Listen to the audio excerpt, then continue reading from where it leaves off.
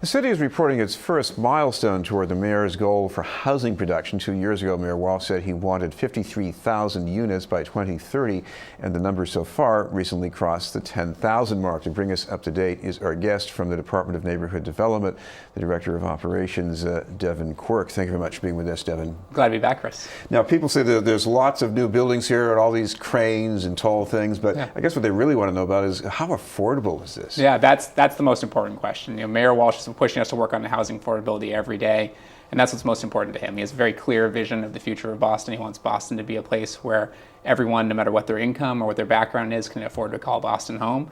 And to do that, it takes a lot of work. That's why we put together a housing plan 2 years ago, and then it's really a plan about affordability in Boston. We know we got to build affordable units. We know we got to stabilize the market. We know we got to help renters stay in their homes. We got to have protections for renters and owners, but we also got to build. And this announcement, the fact that we've been able to reach 10,000 units already, shows both the mayor's leadership on this issue, but most importantly, it's starting to show that as you add supply to the housing market, it's also helping to stabilize demand in areas where there's growth in the existing stock. Yeah, now what I see as far as relief from the hot market, a lot of that is in areas downtown and in the Fenway, not in the new buildings, but in the buildings that were there before.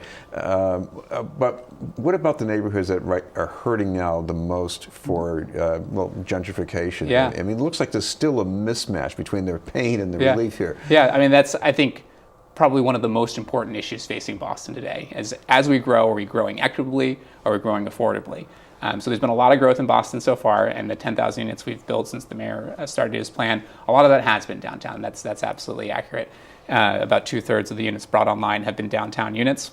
And that's important for one reason, and they might be higher rents, but what we're seeing is even though those units come online at a higher rent, the rents in existing stock nearby, those are actually going down and stabilizing. Now, there are some neighborhoods where growth isn't happening quite as fast yet, but rents are still escalating quite substantially. The good news is we are starting to see amongst new permits that are coming in, more permits in the neighborhoods.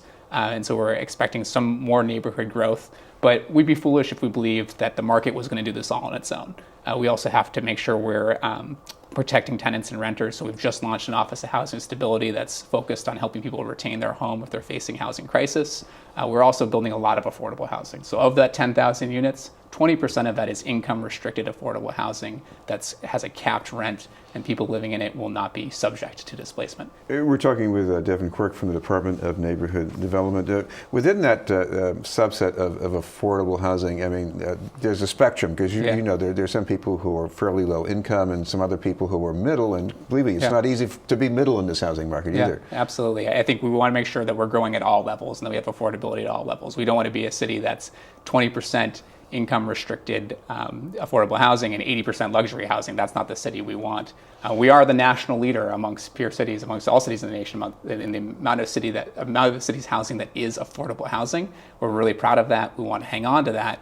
But we also need to build housing at the middle level as well. And doing that requires working with the market and encouraging developers to build in lower cost neighborhoods where the market rents are affordable to people making middle income wages. Talk about just getting land for affordable development. It's not the 1970s anymore with weed-filled vacant lots that needed a house on it. What can be done? Because there's only so much money the city can get from Washington or foundations. So how do you make this work? Yeah, I think there's probably three big sources for land. One, the city owns quite a bit of land, and we're putting that out as fast as possible. My department, the Department of Neighborhood Development, owns the city's surplus real estate assets. There's not really all that much of it, but everything we do own, we're putting out as fast as possible for affordable housing and middle income housing. We're getting nice little homes built on those infill lots. As opposed to land that's in the private market, I'd say it really comes in two categories. There's the infill stuff, a vacant lot between a couple of houses, or maybe something that was a gas station that's no longer utilized. So we can grow a little bit there, but the larger opportunities for growth are just outside core neighborhoods, areas like Dot Ave in South Boston, where the Boston Planning and Development Agency is just completing a rezoning of that neighborhood to add a significant number of units. And there's that type of opportunity in a couple other areas of the city. So doing these strategic growth areas that are sort of outside downtown neighborhoods, outside existing neighborhoods, but are substantial areas to add housing stock at a more affordable rent. Chris, you're also looking at JP in Roxbury between Jackson Square and Forest Hills. I know there's been a lot of pressure here, give and take here. Absolutely. What about anything you've been able to scrounge for ways to make this more affordable? Yeah, I think there's what can we take from the private market? How can we make sure that as we grow equitably, and we're working with private developers to make sure that they're still able to build, but as much of their profits as possible are captured by the community and turned into affordable housing. We really try to maximize that in the Jamaica Plain and Roxbury area. And in addition, the resources that the city brings to the table, what can we do to subsidize the creation of affordable housing?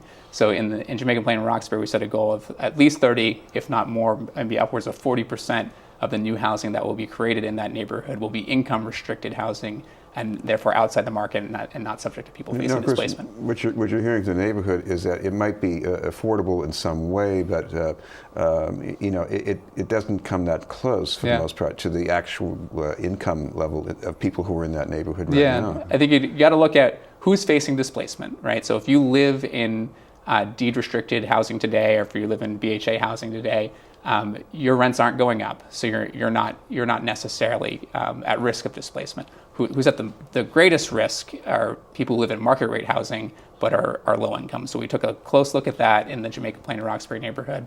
There's about 300 households that are making below $50,000 a year and live in market rate housing. So we need to make sure we prioritize getting housing resources to them first, and if at all possible, build affordable housing for them so they can get housing that's outside the market and not be subject to rent escalation. In Jamaica Plain, we're looking to build at least 1,000 units of new affordable housing. That's doubling the amount of affordable housing that's there now. And the average rent for that housing is going to be about $1,000 for a 2-bedroom. Not everyone can afford that, but I think that's significantly below the market rate. And we're doing everything we can to reach lower levels as well. 10% of any housing funded by the city must be affordable for formerly homeless households. So that's a policy we have. We're looking to expand that.